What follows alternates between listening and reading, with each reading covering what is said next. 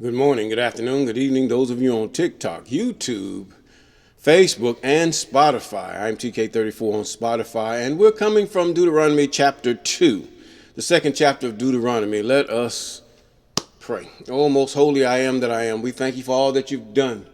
We thank you for your mercy and your favor. We thank you for how you're dealing with us and our children and our relatives and our friends and those of different continents and those in different lands.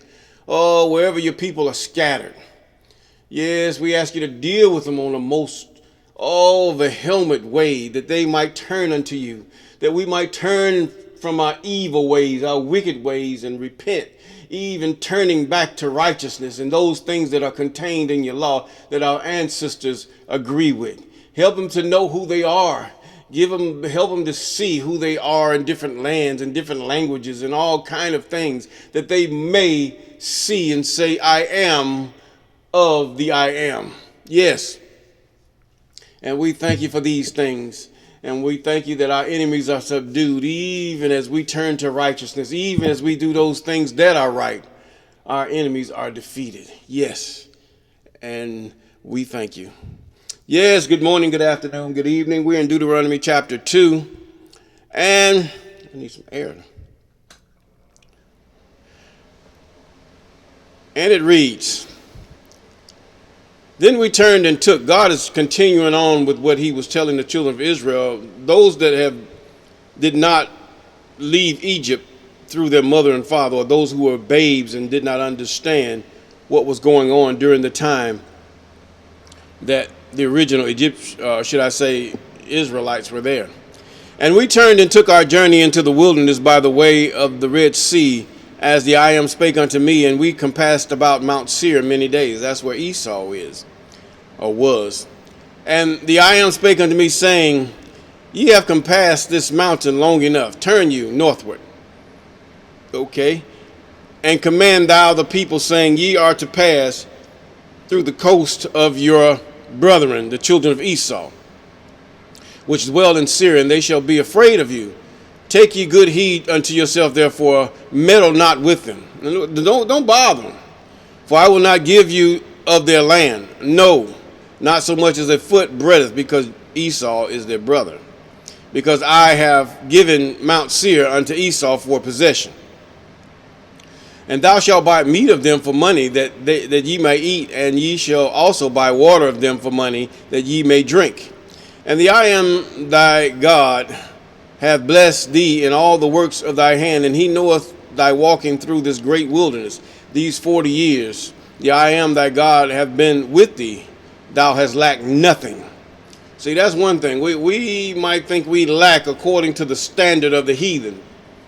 They have a different standard. This is how the beast was created. But we're not lacking before God. As long as you got food to eat, clothes on your back, shoes on your feet, a bed to lay in. I'm talking about whether it's a bed that you lay on the ground, because there are many that does not live a standard of the heathen. These things are given for their falling away. These things are given for their own pride, for their own downfall. And many of you don't even understand what riches really are. And when we passed from by our brethren, verse 8, the children of Esau, which dwelt in Seir through the way of the plain, from Elath, from Ezongabah, we turned and passed by the way of the wilderness of Moab. And the I am said unto me, Distress not the Moabites, neither contend with them in battle, for I will not give their land for a possession, because I have given Aaron to the children of Lot for a possession. The Emims dwelt in the land in times past, and the people great and many and tall and Anakims, which also were accounted giants as the Anakims, but the Moabites called them Emims. Now these are very tall people, which they call giants. I don't know where they get these from in the United States, but these here were very tall people. You see them every now and then. You'll see them on, a social media, walking through a town or something. So they're so tall they cannot really communicate or identify with the people that are what we would consider normal. Now, in verse 11, which also were accounted giants as the Anakims, but the Moabites called them Emims. But the Horims also dwelt in Seir before time. But the children of Esau succeeded them when they had destroyed them from before them, and dwelt in their stead, as Israel did, unto the land of this possession, which the I am gave unto them. You have to realize, God gave everybody a piece of the lot of land here on this earth. He gave them a piece of a lot. Only land they're going to is the land which Canaan took, that the children of Ham was not given. Canaan took that land, and that was the curse that Noah said unto Ham, because he said, you're going to be servants, because Israel did not drive them all out, so they were made to serve Israel. Israel was a servant, and so Ham served the servant, a servant of servants. Get it? Boing. Okay, now, Israel did unto the land of his possession, which the I am gave unto him. Now rise up, said I, and get you over the brook of Zered. And we went over the brook of Zered. And the space which came from Kadesh Barnea unto where we came over the brook of Zered was 38 years, until the generation of men of war were wasted out of among the hosts, as the I am swear unto them. 38 years. We were come over the brook of Zered. It was 38 years, until all generations of men of war were wasted out from among the host of the I am. Now, for indeed, the hand of the I am was against them to destroy them from among the host until they were consumed. Why? Because they did not believe God. These were the ones that were found in the wilderness. Some of them were, they went and had their freaknik when Moses went up into the mount. All of them was not killed. But eventually God got to all of them. So it came to pass in verse 16, when all the men of war were consumed and dead from among the people, that the I am spake unto me, saying, thou art to pass over through the coast of Moab, this day. And when thou comest nigh over against the children of Ammon, distress them not, nor meddle with them, for I will not give thee the land of the children of Ammon any possession, because I have given it to the children of Lot for a possession. In other words, those Lot's children, these are brothers now. Now, verse 20, that was also accounted a land of giants. Giants dwelt therein in old times, and the Ammonites called them Zazumims. And the people, a great people, and many and tall, and the Anakims, but the I am destroyed them before them, and they succeeded them, and dwelt in their stead. So he put one up, and he take one down. Yes. Just like he's getting ready to do this regime of Westerners that have oppressed his people, even the Hamites that they dwell among. He's gonna bring them down. I mean, really down, because they cannot escape the spirit by which motivates them to do the things that they do. And it only takes God to move them out the way. How he does it? Watch and see. Now, a people great and many and tall as the Anakims, but the I am destroyed them before them, and they succeeded them and dwelt in their stead. And he did as the children of Esau, which dwelt in Seir, when he destroyed the Horims before them, and they succeeded them and dwelt in their stead, even unto this day. And the Avims which dwelt in Hazarim, even unto Azah, and Caphtorims, which came forth out of Caphtor, destroyed them and dwelt in their stead. Rise you up, take your journey, pass over the river of Arnon. Behold, I have given into thy hand Sihon the Amorite, king of Heshbon. His land, begin to possess it, and contend with him in battle.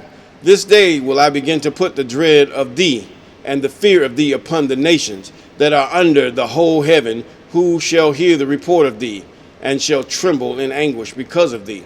Now, if you think about this, what did God do? He gave them fear. He put fear. He allowed the spirit of fear to come upon them. What did he allow? Those who were taken by ships, those mighty nations of, black people. I put it that way. Mighty nations. They could have subdued these in South America, North America, Africa, North and South, even in Sahara. They could have easily subdued their enemies. But because of the prophecy, God gave them a spirit of fear, a spirit of sluggishness, a spirit that they would not win over their enemies. Now, this is one thing we must pray for as we battle. Even those of you who know that war might be at the beginning of your door, you must pray that God put the spirit of fear upon them, as he did the Anakins and he did the children of Esau and all the rest of them, that they might fall before you, or that you might send them warning that they should turn away and go their way and just be satisfied with what they have. You're going to have to do these things, because there are many spirits. Even as Abraham prayed, he said, guard my mind. He said, don't let my mind be taken or swayed by the spirits that so easily sway the minds of men. Yes, he said that. That would be Jubilees 12 and 20. He said that. And so now, this is what God did while Israel, even the children of Jacob, came into the land.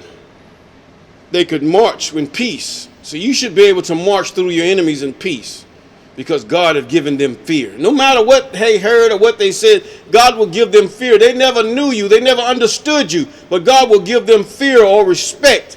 When you walk through a march of enemies, you can walk through a mark of snakes and they will not touch you, because God have given you dominion over them, and their hearts will not pass that bound. Let's get it right. Let's make it tight. Now, he said, I sent messengers out of the wilderness of Kedemoth unto Sihon, king of Heshbon, with words of peace, saying, let me pass through thy land, and I will go along by the highway, and I will neither turn unto the right hand nor to the left. And thou shalt sell me meat for money, that I might eat, and give me water for money, that I might drink. Only I will pass through. We're not going to harm you. Do what you got to do. We're not going to harm you. You go ahead. We're going to pass through your land. We're going to pay for everything we do. We're not going to mess it up. We're not going to have dung all over the place. We're going to cover our dung. We're going to do whatever we have to do, and you will never know we were there. And that's the way they did. Yes.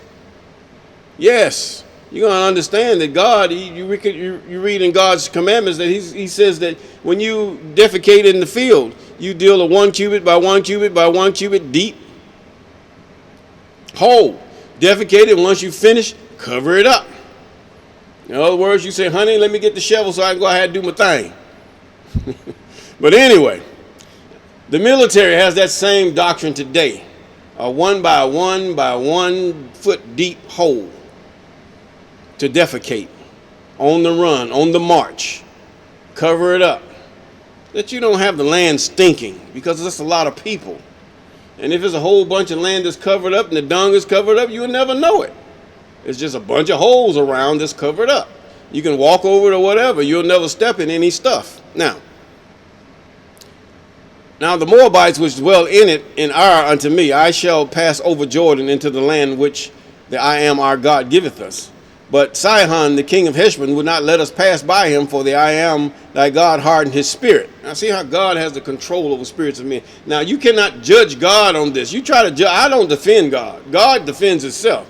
You can talk all you want. You can say this about God and that about God, but God is going to justify. He's going to show you himself to that you individual, to you who government, to you who mock God and say he doesn't exist, to say he's no longer with his people. You are wrong. Now, then Sihon came out against us, he and all his people, to fight Jahaz. And the I am our God delivered him before us, and we smote him and his sons and all his people. And we took all his cities at that time and utterly destroyed them, and men and women and the little ones of every city, and we left none to remain. Only the cattle we took for a prey unto ourselves, and the spoil of the cities which we took. And from Ar, which is by the brink of the river Arnon, and from the city that is by the river, even unto Gilead, where was not one city too strong for us. And the I am our God delivered all unto us. Only to the land of the children of Ammon thou camest not, nor to any place of the river Jabbok, nor unto the cities in the mountains, nor unto whatsoever that I am God forbade us. God is saying, remember who you are. Remember that I'm with you. Remember that I am he. Besides me, there is no other God. I kill and I make alive. I wound and I heal. I am he that liveth forever. God has said this, and you've read it. You just didn't go back to it. This is right. We have come through it. If you go back through my archives, you're going to see. If you read the Bible, you're going to see where God said this. I am He. There is no other God beside God. There is no Isus. There is no God standing beside God nowhere. There's nobody standing there. God didn't come down here for man to kill him. That would show the weakness. That would show God is nobody.